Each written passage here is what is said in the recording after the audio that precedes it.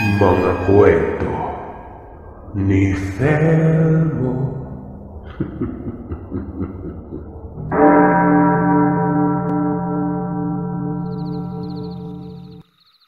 Umaga na noong makarating sila. Apong-apo itong si Kenneth. Nilalagnat at inasikaso siya ng matanda. May natuklasan si Mang Dante dito. Ang pagwawalang yun ni Kenneth kagabi. Unang beses pa yung nangyari sa tanambuhay ng bata. Hindi namamalayan nito na nagbigay ng sapat ng lakas ang katawan. At malaking epekto sa balik nito kay Kenneth kung kaya nilagnat yon. Napapailing na lamang si Mang Dante. Hindi niya lubos mapagtanto na hanggang sa mga sandaling yon, walang muwang pa rin si Kenneth sa kanyang totoong pagkatao. Nagbabalik tanaw si Mang Dante sa mga ginagawa ng bata dati. Walang gabay, walang ina at ama, at wala ding kausap. Pero buo ang pusong bata, na may mabuti itong diwa at kaluluwa. Napapatanong siya sa isip, malaki ang pagbabagong yun kagabi kay Kenneth. Napaka-imposibleng walang napansin sa sarili ang bata. Maging yung kamay ay nagbago kasi. Hindi man tinubuan ng kuko pero kapansin-pansin ang mga ugat nito at may konting mga balahibo. Bahagya pang umitim ang balat nun. Maraming araw ang lumipas dahil sa pangyayaring pagkamatay ng aswang. Naging matunog ang pangalan ni Kenneth. Hindi napigilan ng basang bunganga ni Manuling yon.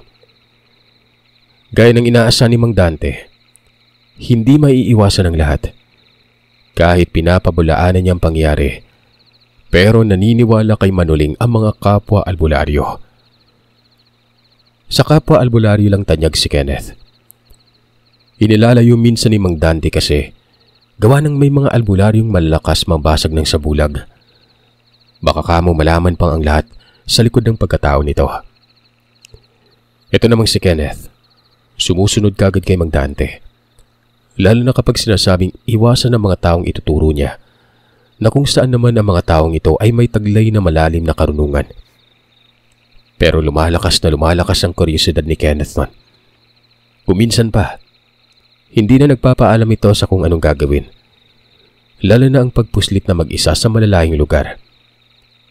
Naririnig din kasi ni Kenneth ang mga umuugong na balitang may mga pagpaparamdam ng aswang sa ibang lugar. Pinupuntahan ito ng bata mag-isa. Sa maniwala kayo o sa hindi, 3 aswang na ang pinabagsak ni Kenneth. Maliban pa ito sa napatay nila ni Mang Dante. Alam naman ni Mang Dante ang maalis ni Kenneth. Hindi siya nag-aalala dahil alam niya naman na masunurin ito at alam niya din kung saan nagpupunta lagi. Madalas doon banda sa eskwelahan. Kaya hinahayaan niya lang kahit hindi nagpapaalam. Umuwi naman kasi ito, pero madalas ay ginagabi na. At kung minsan pa ay malalim na ang gabi at sinasabi lang ni Kenneth na nakatulog siya sa gubat. Pero ang totoo, malayo ang nararating nito.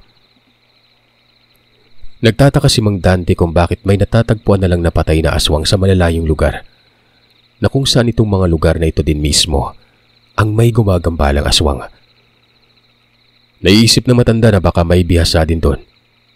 Pero nakapagtatakang ang tinamong sugat ng mga aswang na yon, mas malala pa sa tinadtad na matador.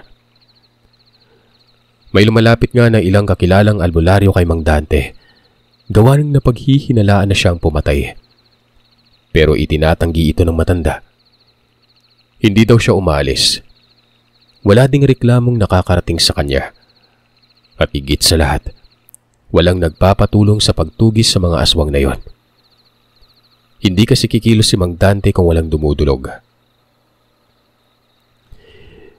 Itago na lamang natin ito sa mga pangalang Francisco at Lando, mga lumapit na mga albularyo kay Mang Dante. Galing sila sa magkakaibang bayan. Kung ganun, sino naman yung pumaslang?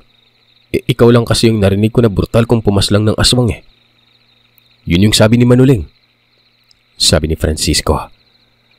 Abay ewan ko Francisco. Paanong naging ako ay masawol pa sa kinatay na hayop yun? Hindi kaya kapwa lang din aswang? May kabangayan. Tsaka, bakit ba kayo nababahala? Wala naman sigurong naaargabyadong tao, no? Hindi naman sa nababahala, Dante. Kailangan din nating malaman ang kung anong nangyari. Sino bang hindi mo babahala alam mo namang tayo lang ang may kakayanang siyasatin yung mga ganito. Matapos magsalita ni Francisco, umalis kaagad ito kasama si Lando. Pero habang papalayo ito, sumasaglit ito ng tingin sa bahay.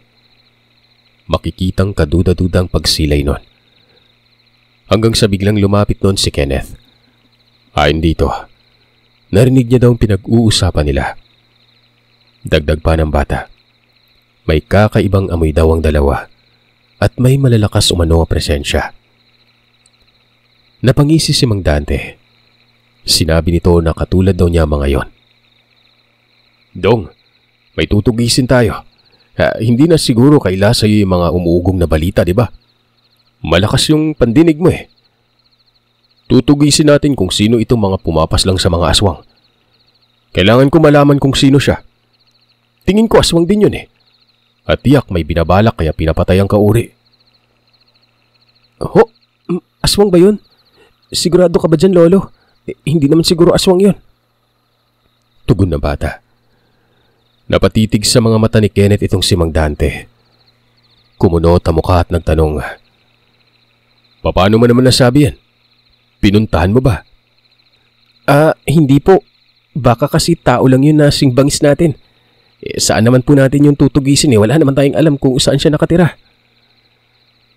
Ay naman kay Mang Dante. Nagsisimula daw sila sa kabilang bayan. Malalaman niya din umano kung sino itong pumapas lang ng aswang. Mapatao man yan o hindi. Pero kailangan niya makilala dahil nagkakaroon na siya ng korsonada dito. Napatawa naman si Kenneth. Ayon sa bata ay papatayin ba umano ni Mang Dante. Pero umiling si Mang Dante nun. Sabi niya, aalamin niya pang sitwasyon. Kung masama ang akbang nito, papatayin niya. Pero kapag mabuti, kakaibiganin niya dahil may pagkakapareha daw sila ng prinsipyo. Sa mga sandaling ito, hindi na nagsalita pa si Kenneth. Pero natutuwa siya dahil malaya siyang makakagala ng hindi nababahala kay Mang Dante. Kapag sinama siya nito kasi, mas magiging kampante si Kenneth. Kahit papano, natatakot din siya sa matanda dahil talagang papagalitan siya nito kapag kumilos mag-isa. Ay na nga, pagkalipas lamang ng 3 araw, nagmungkahi na si Mang Dante na aalis na sila. Umaga yon, kakasilang pa lamang ng araw. Pasipol-sipol pa itong si Kenneth. Sobrang galante na muka. Habang si Mang Dante naman, nagtataka sa kanya. Hindi naman kasi ganito kasigla ang bata kapag sinasama niya sa mga piligrong hakbang. Bagkos ay napakaseryoso na mukha nito. Sa may bukiran ng bugasong tayo dong May kakilala naman ako doon at pwede tayong pumuslit sa bahay. Dati kong kaibigang babae. Huwag kang makulit doon Tsaka maging alerto ka kasi nga maraming aswang doon. Dapat magdulungan na tayo. Lingid sa kaalaman ni Mang Dante ay napuntahan na ito ni Kenneth. Tumatango lamang ang bata noon at sinabi niyang may mga aswang siguro dahil napakaliblib ng lugar na yon. Hapon na nang makarating sila. Itong nasabing babae na kaibigan ni Mang Dante. Kasintahan niya ito noong kabataan pa. Sinabi niya talaga kay Kenneth ang patungkol dito. Matandang babae at itago natin sa pangalang Gloria. Napatanong pa ito kung ano bang sadya nila noon sa lugar. Sinabi naman kaagad ni Mang Dante na may sinusundang aswang. Hindi naman lingid sa kaalaman ni Aling Gloria ang pagkatao ni Mang Dante. Alam nitong noon pa, manggagamot na talaga matanda. Sabi pa ni Aling Gloria, may natagpo ang aswang sa kanila pero patay na. Dagdag ng ginang, may iba pang nanggagambalang aswang. Katunayan, malapit lamang sa lugar ang bahay ng nasabing ginagambala. Marami talagang aswang sa kanila. Duda si Aling Gloria na galing itong lampunaw. Nang marinig ni Kenneth ang mga sinabi ni Aling Gloria noon, kinalabit kaagad nito si Mang Dante. Mahinang sinabi ng bata na tugisin nila ang gumagambalang yon. Oo po. Tutugisin natin yon. Gloria, pwede bang tumambay muna kami dito? Walang problema. Patay naman ang asawa ko. Patay na rin yung asawa mo. Wala siguro mag-iisip na masama, di ba Dante? Walang hahad lang sa'yo. Tsaka noon pa man malaya kang bumisita sa akin. Napakunot ang mukha noon ni Kenneth. Napatitig siya kay Mang Dante. Tapos titig naman kay Aling Gloria. Nung tumalikod na ang matandang babae, kaagad nagwika ang bata ng nakakapangilabot naman yung sinabi na Aling Gloria. Alam ko po yung pahiwatig niya. Teka, hindi kaya sinadya mo talaga dito, Lolo? Loko kang tanda-tanda mo na. Kutusan ko kaya yung bunbunan mo. Ngayon ko lang nalaman na isa ka din palang osyoserong animal ka. O bakit? Ngingiwi-ngiwi pa yung bibig mo. Tigilan mo ako Trabaho ang pinunta natin ditong dugyot ka. Kayo na din nagsabi na kasintahan mo siya dati. Hindi kaya hanggang sa ngayon kabit niyo no? Ang sama niyo. Walang hiya kang bata ka. Tumahimik ka Hindi ka pa nakatikim sa akin ng disiplina pero kapag ako nabanas, isisilid talaga kita sa sako tapos pauusukan. Walang pinagbago ang dalawa.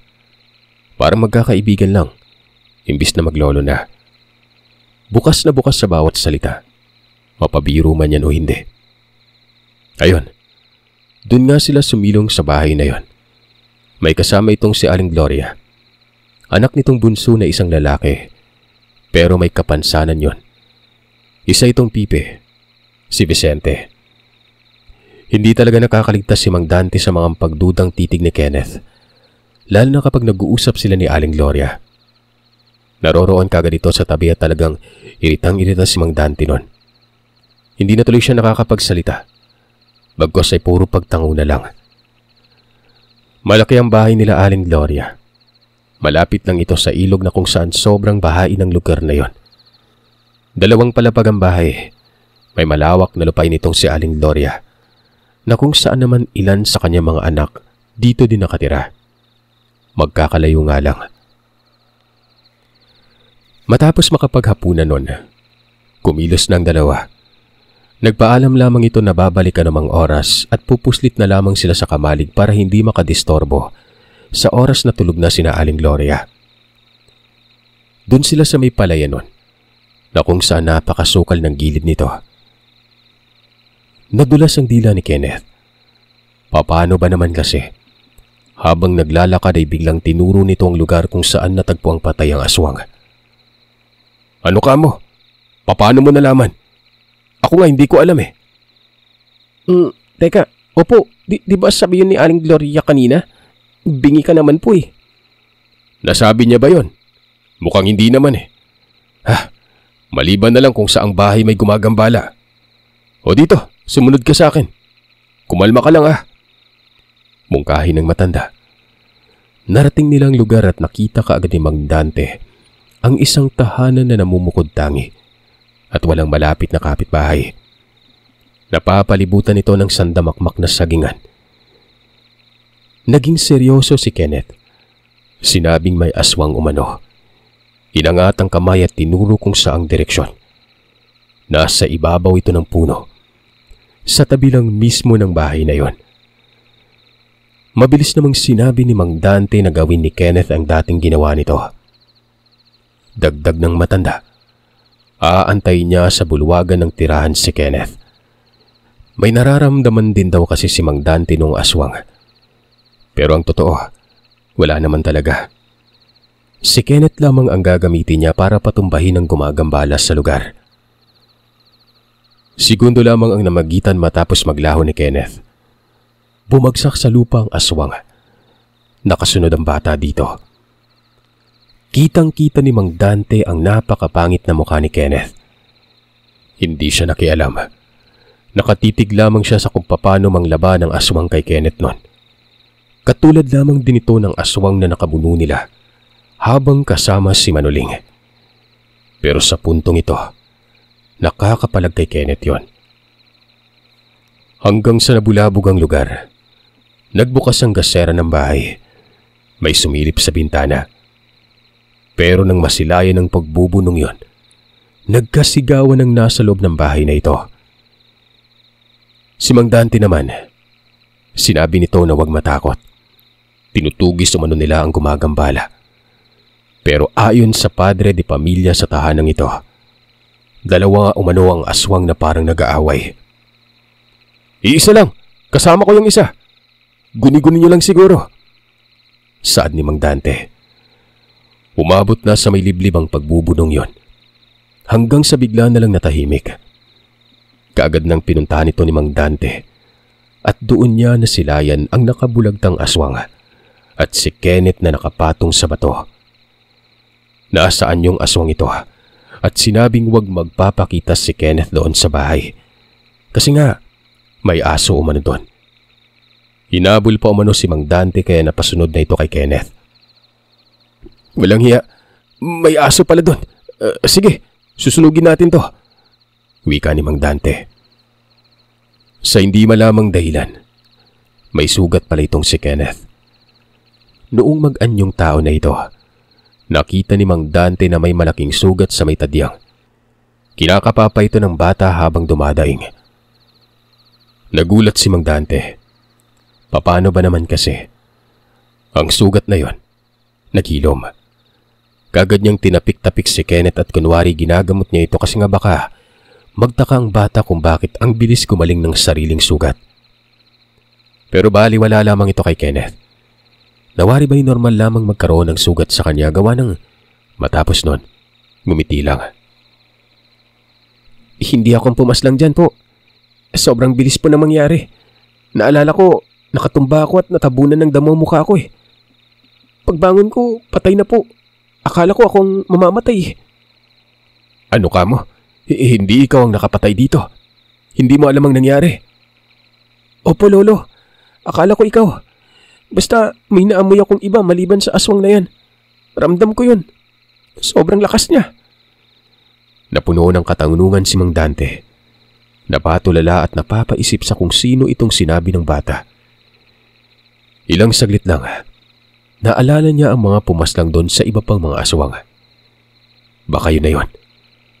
Pero ang tanong, bakit hindi pinatay si Kenneth? Samantalang aswang din naman ito.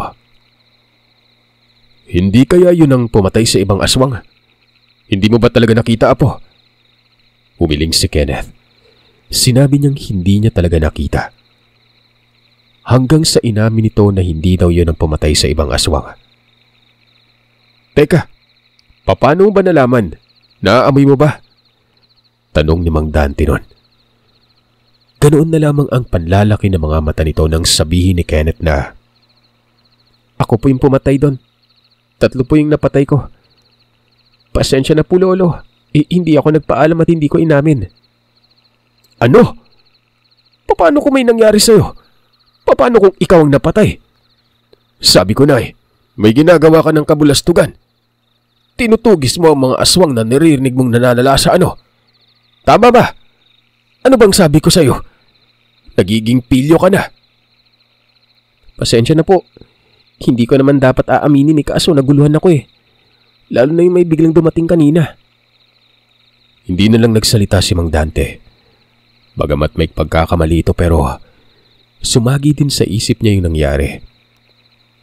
Pinayuhan niya na lamang si Kenneth noon na wag na itong uulitin dahil kapag inulit pa ni Kenneth, isisilid niya talaga ito sa sako tapos papausukan nun.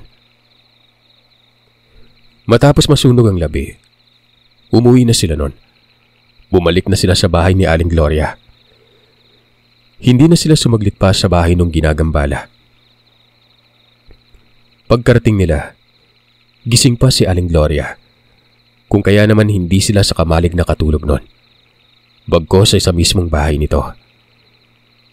Kinabukasan ng umaga ay umalis sila nun. Nag-imbestiga sa lugar. Sa pamamagitan lamang din ito ng matalas na pakiramdam ni Kenneth. Hindi na pinagtuunan ng pansin ni Mang Dante ang pagpatay ni Kenneth doon sa mga aswang. Nakatuon na ang atensyon niya ngayon. Doon sa biglang nakisali habang nakikipagbuno ang bata. Ang ipinagpapasalamat ni Mang Dante, Hanggang sa mga sandaling yon ay wala pang alam si Kenneth sa kung ano ang totoong pagkatao nito. Ang sa tingin niya, ang alam lang ng bata. May abilidad pero kaya ding gawin ng ibang tao. Ito din naman kasi ang sinasaksak lagi ni Mang Dante sa kokote ni Kenneth. Kaya nanatiling inosente ito batay sa pagkikilatis ng albularyo. Hanggang sa mapadako sila noon sa isang nayon. Nagkukumpulan ng mga tao dito. Nagsisigawan na para bang nagsusugal ang mga iyon. Lumapit ang dalawa hanggang sa napahinto si Kenneth. Nakatitig ito sa isang tao na nakatayo malapit sa isang puno. Doon lang ito sa lugar kung saan maraming tao. Napansin naman kaagad ito ni Mang Dante. Nagtanong siya sa bata kung anong problema. Ayon naman kay Kenneth, yung tao daw ay malapit sa isang puno. Parang kilala niya. Singkit matang tinitigan ito ni Mang Dante. Ganun na lang ang panlalaki ng mga mata ng matanda. Kilala niya ito.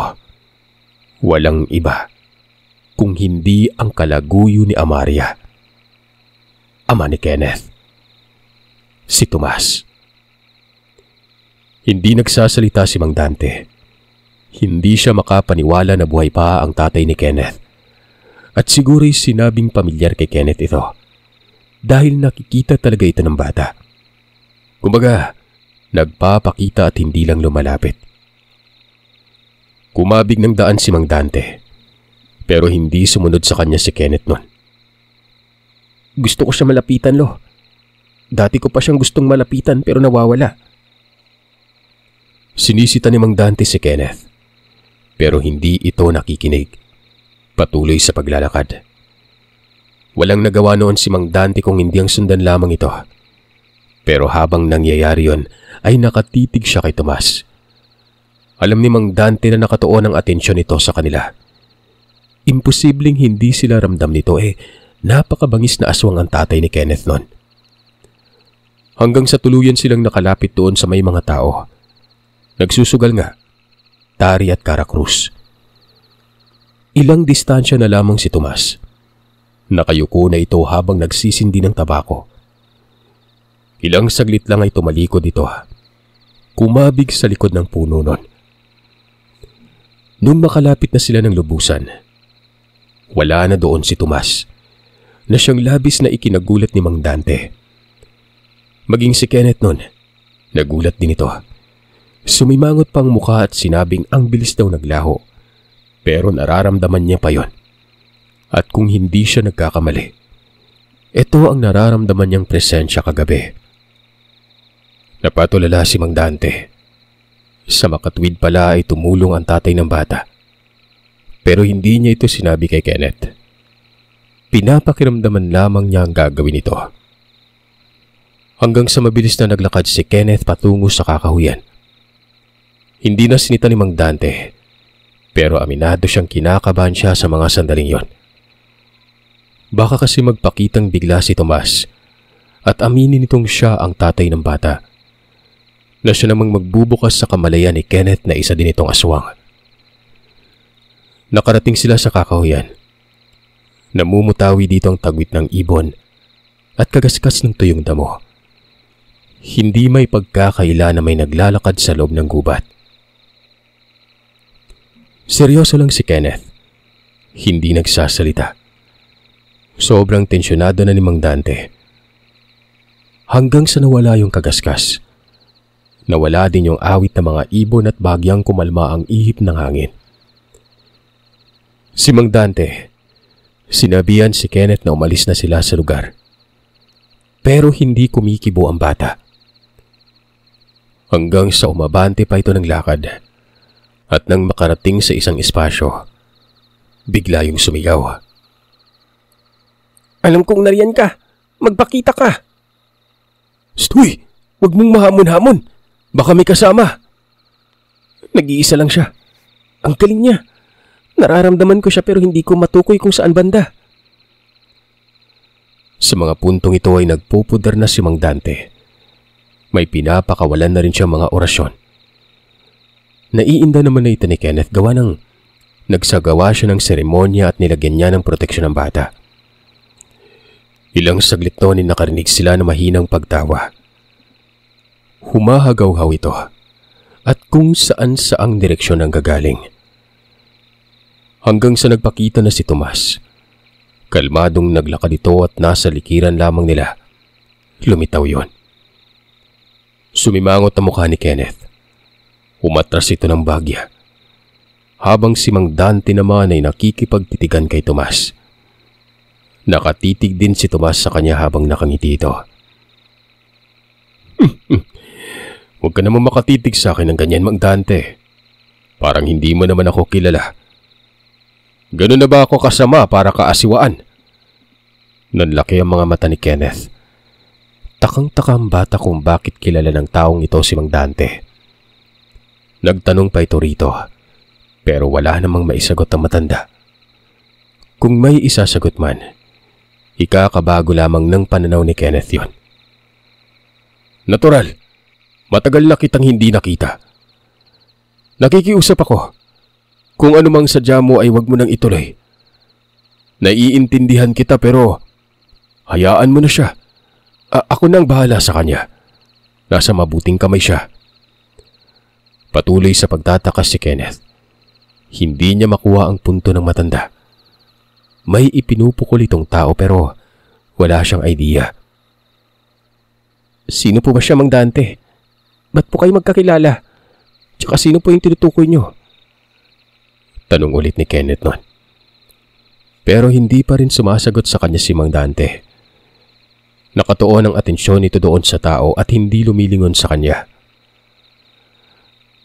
Mabuti naman at naiintindihan mo pala ako, Mang Dante. Hayaan mo. Hanggang masidlang naman ako. Ang importante sa akin ay napangalagaan mo ng maayos. Kahit papano'y masaya ako. Ito na ba si Kenneth? Magpakabait ka. May nagmamalasakit sa'yo.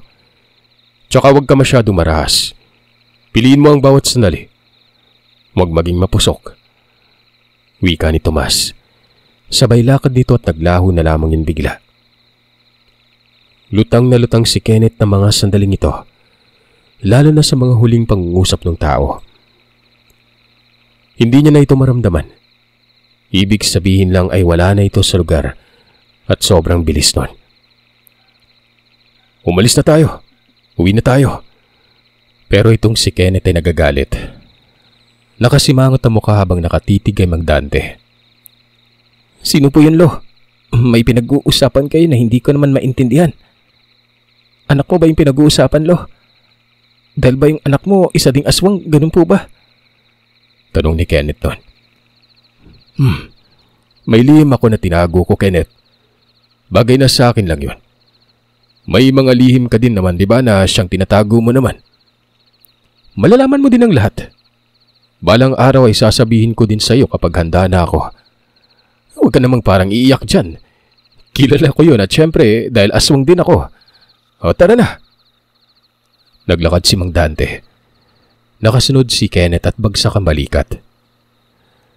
Nung makarating sila sa bahay ni Aling Gloria, hindi namamansin si Mang Dante sa kanya. Nag-iisip lamang ito at halatang may problema. Sinubukan niya pang tanungin pero umiiling lamang ito. Pagsapit ng gabi, nagmamadali si Aling Gloria noon. Galing ito sa kabilang lupain at nung makauwi na ay sinabi nitong nagkakagulo daw sa kabilang nayon. Doon daw mismo sa may ginagambala ng aswang. May nagpakita umano doong 3 aswang. Tapos ay may nasaktan pa umanong tao. Mabuti na lamang at may nakaresponde kagad. Mabilis na nagmungkahi itong si Mang Dante kay Kenneth. Sinabihan ng bata na pupunta nilang lugar na yon. Walang ano-anong sumang-ayon naman kagad si Kenneth. Habang binabagtas nila ang madilim na daan noon, na may mga bahay at tinatahulan pa ng mga aso. Sinasabi ni Mang Dante na baka responde na ang mga dumating na aswang. Baka umano kauri ito at galit na galit sa pagkamatay ng kalahi. Kasali na dito yung mga pinatay ni Kenneth. Natunugan siguro na naroroon sila noon. Nung tumawid sila ng ilog, biglang may humarang. Nagulat si Kenneth dahil ito yung aswang kanina na kinakausap ni Mang Dante. Pero nasaan yung tao yon? Nagulat naman si Mang Dante nun. Mabilis nagtanong sa kung anong sadya nito. Lumikas kayo dito. Kayo ang hinahanap. Ilikas mo si Kenneth. Dali! Haharapin namin yun. Anong problema dun, Tomas? Tugon ni Mang Dante. Wag. Hindi lang 3. 5 sila. Ano ba kasing nakain itong batang to? Bakit niya pinagpapapatay yung mga aswang? Dapat sinita lang. Yung gumagambala sa bahay kagabi. Pain yun. Gusto nilang makagante. Ang totoong sadya nun ay hindi paggambala sa bahay, kung hindi ang pagtawag sa inyo. Sa mga sinabi niyo ni Tomas, takang-taka si Kenneth. Nagtanong ito sa kung paano nalaman ito ang mga ginawa niya. Hindi naman sumagot kay Kenneth yon. Muling nag-abiso ito na kaagad umalis. Galit na galit naman si Mang Dante. Dito na nabuksan ulit ang mga pinaggagawa ni Kenneth. Kumikilos ka kasi mag-isa. Hindi mo iniisip ang mga mangyayari pagkatapos na maginawa mo. Ayan, tayo ng punteriya. Imbis tayo yung tutugis, tayo na yung tinutugis. Yun naman po talagang ginagawa nyo, di ba? Pinapatay natin yung mga aswang na nanghahamak. Tama lang naman po yung ginawa ko. Sa kabila ng mga sinabi ni Kenneth, hindi nagsalita ang matanda. Umiling ito tapos tumalikod na at naglakad. Sumunod si Kenneth doon. Saglit silang pumuslit sa bahay ni Aling Gloria. Tapos ay nagpaalam ng umuwi. Nung makarating na sila sa kanilang lugar mismo, lampas hating gabi na. Dito na naglagay ng mga orasyon ng matanda sa paligid ng bahay. Si Kenneth noon ay nakasimangot ang mukha. Kasi nga, may reaksyon sa kanyang katawan ito. Pero sinabi naman ni Mang Dante na maiinda lahat ito ng bata dahil may nilagay siyang poder sa katawan noon. Katagalan noon ay nawala na. Naging normal na lamang kay Kenneth. Pero hindi ito tumitigil sa kakatanong kahit hindi pa siya sinasagot ni Mang Dante. Lo, walang lihim sa akin. Alam niyo yung lahat sa akin pero alam ko na din yung lahat sa sarili ko. Alam kong hindi ka aswang. Ako ang aswang. Na kahit ipagdiinan niyo na isa akong normal tao, hindi po ako naniniwala doon. Sinasakyan lang kita, Lo. Naiintindihan kita na gusto mo lang balik na rin yung pananaw ko pero hindi po maitatago ang isang lihim ng matagal. Aswang ako. Matagal ko na po itong alam. Noon itong unang igkwentro sa kapwa aswang. Nung kasama si Manuling. Nakita ko po yung buong pagbabago ko. Nagulat ako pero nagpapanggap lang. Nahayok ako sa laman ng tao pero pinipigilan ko lang dahil baka mapansin mo. Baka pagalitan mo ako eh. Tsaka baka patayin mo ako. Pasensya na po, Lolo. Patawarin mo ako. Napatulala si Mang Dante. Unti-unting tumatagas ang luha sa mga mata nito. Niyakap nito si Kenneth at doon ay tuluyang humagulgol sa pag-iyak ang matanda. Ako ang dapat humingi ng tawad, Apo. Alam mo na pala at walang nagbago sa'yo. Malaki ang kasalanan ko, Dong. Ako ang dahilan kung bakit ka iniwan ng nanay mo. Natakot ako eh. Baka maging mapanalasa ka. Sabi ko sa nanay mo, iiwan ka na lang at ako ang bahala kapag dumating ang araw na maging masama ka. Ang dami kong ginawang pagtatago pero nalaman mo pa rin pala. Pinagmumukha mo akong ewan. Ayan na. Yung taong aswang na nagpapakita sa atin. Si Tomas. Tatay mo yon. Ngayon ko lang nalaman na mabuti din pala siya. Siguro ay dahil nakikita ka niya mabuti. Alam kong nakamasid lamang siya sa'yo palagi. Sa pagpapatuloy ni Mang Dante, hindi muna nila pinagtuunan ng pansin ang kung anong nabunyag. Ang kailangan nilang gawin, unahin ang nakaatang na banta. Hindi siya papayag na may mangyari kay Kenneth. Pero naniniwala siya na maging ang tatay nito ay gumagawa din ng paraan para maprotektahan si Kenneth noon. Tumangulang si Kenneth. Nagulat ito nang malamang tatay niya pala yun. Pero kahit papano'y naging maluwag na sa kanyang diwa ang lahat. Tanggap siya ni Mang Dante. Kahit sinabi niyang aswang siya at alam niya ito. Wala silang ginawa noon kung hindi ang maghanda hanggang sa sumapit na lamang ang umaga. Para bang mas naging malapit sila sa isa't isa at kumpiyansa si Mang Danteng magbukas ng usapan patungkol sa mga gagawin nilang hakbang. Kumbaga, wala nang iniiwasan ito lalo't alam na ng bata ang lahat. Apo, walang nangyari kagabi. Pero hindi dapat magpakawalang bahala ha. Sa araw man o sa hindi, mag-iingat tayo. Sakaling maipit tayo at dumugin ng mga aswang, umalis ka na. Huwag mo silang haharapin. Tumakas ka at magpakalayo-layo. Sobrang drama niyo naman, Lo. Sa tingin niyo papabayaan ko kayo? Kung maiipit ay talagang makikipagpatayin na lang ako. Teka. Naudlot ang saad yun ni Kenneth nang makitang may paparating. Tumayo ito. Sinipat na maigi kung sino. Hanggang sa nakita niya na ito na yung tao kagabi. Naramdaman niya ang presensya nito nang nasa malapit na. Kinakalabit niya si Mang Dante. Sinabi niyang dumating daw ang tatay niya. Tumangulang si Mang Dante at ngumiti nun. Sinalubong si Tomas. Tapos sinabing ano ang pinuntas sa lugar. Sa mga puntong yon, walang alam si Mang Dante na ito palang si Kenneth ay nanggigigil. Nanggigigil sa tuwa na makita ang kanyang ama. Bigla na lang yung tumakbo na mabilis at walang ano-anong yumakap. Nagulat pa si Tomas at nagkatitigan sila ni Mang Dante.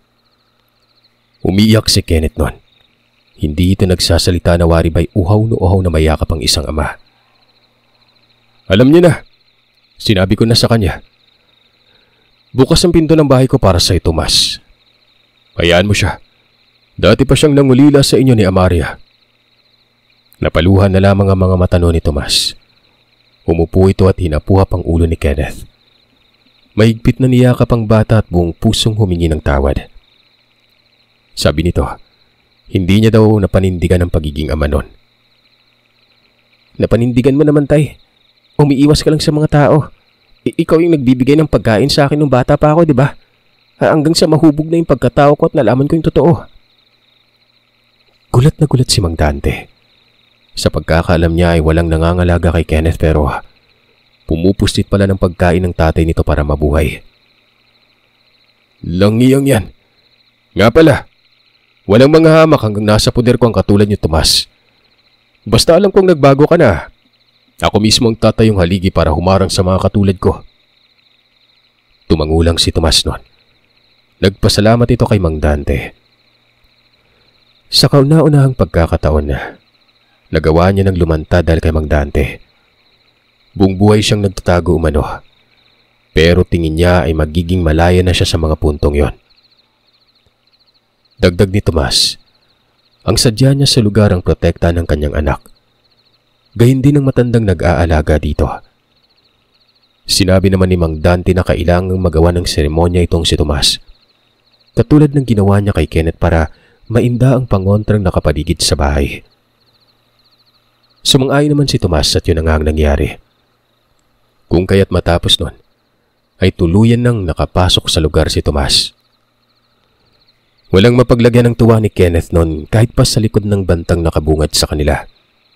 Ganon din si Mang Dante. Kung kampante siya dahil nagkabunyagan na sila ni Tomas, mas naging kampante siya nang umanid na si Tomas na siyang napakatinik at kinatatakutang aswang sa lugar ng Antique. Buong maghapon silang nagantay nun. Agresibo si Kenneth. Nagagamit niyang abilidad ng hindi na naiilang. Pagsapit ng gabi, nagpaalam itong si Tomas na aalis lang saglit. Lilibot siya sa lugar at baka may aswang na kalaban. Sasama sana si Kenneth noon kaso hindi ito pumayag. Mas maiging dun lang umano sa bahay ang bata para hindi mahati ang kanyang isip. Umalis nga itong si Tomas. Matapos nang umalis, si Kenneth noon ay mabilis na umakyat sa puno na para bang napakasimple lamang akyatin ito. Hinayaan lang naman yun ni Mang Dante. Mga pasado 10:00, dito nagkaroon ng komosyon. Una, Bumalik itong si Tomas. Nagbigay alam na may mga paparating na aswang. Dalawa lang ang nakita niya pero ramdam niyang marami umanong nakatago sa paligid nun. Si Kenneth, nakikita niya rin ito at naaamoy niya doon sa itaas ng puno. Nagpapalipat-lipat ang bata, habang si Mang Dante ay nagpausok. Yung usok na tipong sobrang anghang kahit sa normal na tao. Nagreklamo si Tomas. Hindi niya daw kinakaya yon. Pero sabi ni Mang Dante, maaaring may tama ito kay Tomas pero kaya itong matatagalan dahil may seremonya ito sa katawan o ritual. Maliban na lamang sa ibang aswang na tutungtong na mismo sa kanilang baluarte. Dahil sa oras na malanghap umano ang usok, kapag ininda ay talagang manghihina umano. Ilang saglit pa, bumaba na si Kenneth at may sinunggaban. Si Tomas nang malaman ito, kaagad na tinungo ang anak. Nakita sa mga mata ni Tomas ang pagiging mabagsik nito na walang pinag-iba sa kanya kahit kalahati dito ay tao. Sunod-sunod na ang paglabasan ng mga aswang. Kabi-kabila si Tomas ng laban. Si Mang Dante, gamit ang itak ay tumutulong din. Hindi sila nahirapan gawa ng sa usok na lugar. Hanggang sa may napatay silang dalawa. May mga nakabungad pa pero hindi lumalapit. Si Tomas na lang humaharap sa mga ito, habang si Kenneth ay abala sa pakikipagbuno sa dalawa pang aswang. Sa kabutihang palad, nagagawang makapanglaban ni Kenneth kahit malalakas ito at malalaki sa kanya. Sa tulong na rin ito ng usok, dahil kung wala pa, madali lang mapipiga itong si Kenneth dahil sa liit. Si Mang Dante, pinagtataga yung kinakalaban ni Kenneth noon, hanggang sa napatumba ang dalawa at dito'y nagkaroon ng katahimikan ng lugar. Bumalik si Tomas, sugatan. At ayon sa kanya, pinagtulungan siya ng 3 pero napaslang niya umanong isa doon. Tumakas sa mga ito matapos ng lahat. Dagdag pa ni Tomas, 2 na lang ang natira. 7 pala lahat ng nais sumamak. Ang kailangan lamang gawin, dahil sa 2 na lamang yun ay siya na ang bahala ron. Yung mga labi ng aswang, parang mga inihaw itong sinunog ni Mang Dante hanggang sa matupok. Ito namang si Kenneth. May mga sugat pero hindi ganun kalala. Nagtagumpay ang grupo nila sa mga puntong ito. Bagay na medyo maluwag na sa pakiramdam ni Mang Dante maging sa mga kasama. Makalipas lamang ng ilang araw, tinugis nga ni Tomas ang natira. Napatay niya ito dahil magkakahiwalay pala ng tinitirahan. Kapwa walang pamilya, kaya't nakakatiyak si Tomas na wala nang iisipin pang magiging banta sa kasalukuyan. Doon na tumira sa lugar ni Mang Dante ang mag-ama, sa liblib banda, kung saan iwas din sa mga makakakilala kay Tomas. Sa mga taong wala pang alam, malamang iisiping bagong lipat lamang. Pero kahit papano'y malaking pagbabago ang nangyari kay Tomas. Sobrang saya nito kapiling si Kenneth. Nagagawa naman palang kumain din ng normal na pagkain. Kahit ang sumpong, kaya ding diktahan. Maliban na lamang kapag sobrang nagalit kagaya ni Kenneth noon. Itong si Tomas ay nalaman na may iba ng pamilya si Nanay Amaria. Sinabi niya ito kay Kenneth, pero hindi naman naging problema yun sa bata. Sapat na sa kanyang lahat, lalo na't naroroon si Mang Dante at ang tatay nito. Si Francisco, yung kilalang albularyo na taga-kabilang bayan, alam ang pagbabalik ni Tomas. Pero nakita nito na hindi na nananalasa. Isa pa, naroroon ito sa poder ni Mang Dante. Kung kaya't malaki ang kumpiyansa nila na nagbago na nga ito. Katunayan, nalaman ni Francisco na ang alagang bata pala ni Mang Dante ay isang napakabangis at napakadelikadong aswang. Pero naging taliwas ang lahat nang dahil ito sa albularyong yon.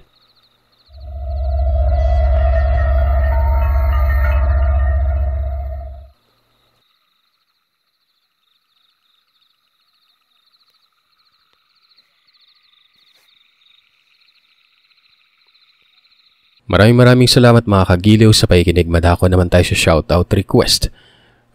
Yun. Dahil medyo nagkagulo tayo last time sa shoutout. Inisa-isa ko yung sa membership.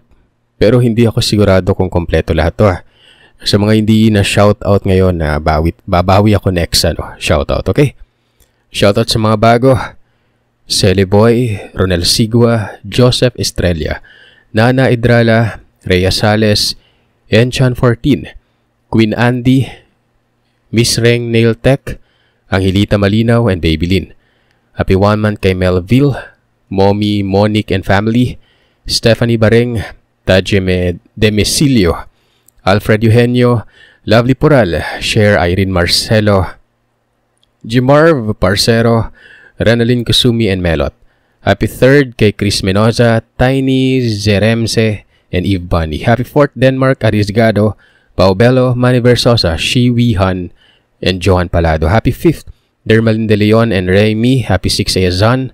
Happy 8th Tiny Lanshola. Happy 9th Grace Gavan. Happy 19 kay Rachel Calling, Honey Spy, Rosel Perth, Jalu Pag-ong, Jason Lopez. Happy 10 kay Elaine Pitil, kay Abalos, Arctunes Vlog, and Arthur Blas. Happy 11th Emmy Bumatay. Happy 12th Grisette Reposo. Happy 13th Elma Kumaki. Happy 14th Shermaine Espina. Happy 15th Windy Chantal Alvero and Glenda Valdivia. Happy 16th Princess Lish and Demi Bilarga.